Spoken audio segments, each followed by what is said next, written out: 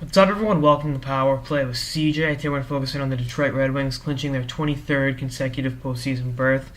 They have clinched a playoff spot in every NHL season since I've been alive, and I'm 22. So that's and you factor in it was actually since 1990, because remember they lost a season. Thanks, Batman. But anytime you can throw that D-bag a diss is worth it. But looking at the Red Wings this season, they had some ups and downs. Weren't their usual model of consistency. In fact, they were minus 10 goals against differential, which I think are the only playoff team in the Eastern Conference that has a minus in terms of goal differential. And you really don't expect that from Detroit. But a ton of injuries along the way this season. Zetterberg's still out.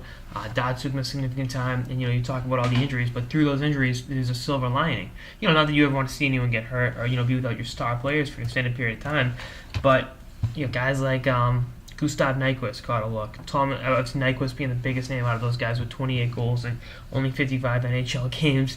Thomas Tatar really has stepped up with 19 goals in the season, and Riley Sheehan's been contributing. The young guys have been getting a look, and I've been saying for years that Detroit really needs to give these young guys significant ice time to build their confidence and understand that the Zetterbergs and the Datsyuks of the world aren't going to be around and playing forever. So you need to have a plan in place with those guys.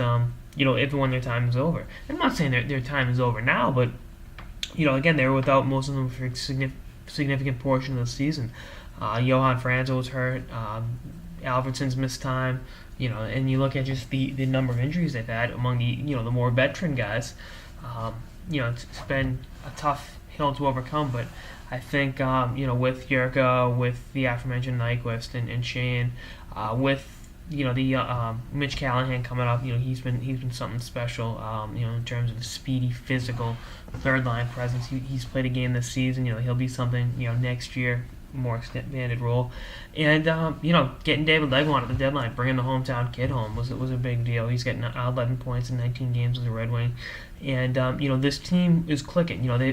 They kind of whiffed in free agency with Stephen Weiss, but I think on the whole they're in good shape, and they get a tough draw with the Boston Bruins, the Cup favorites as far as I'm concerned, at least the Eastern Conference favorites. But Detroit's got a veteran group that fears absolutely no one. It's the old Bill Hansen motto: respect all, fear none.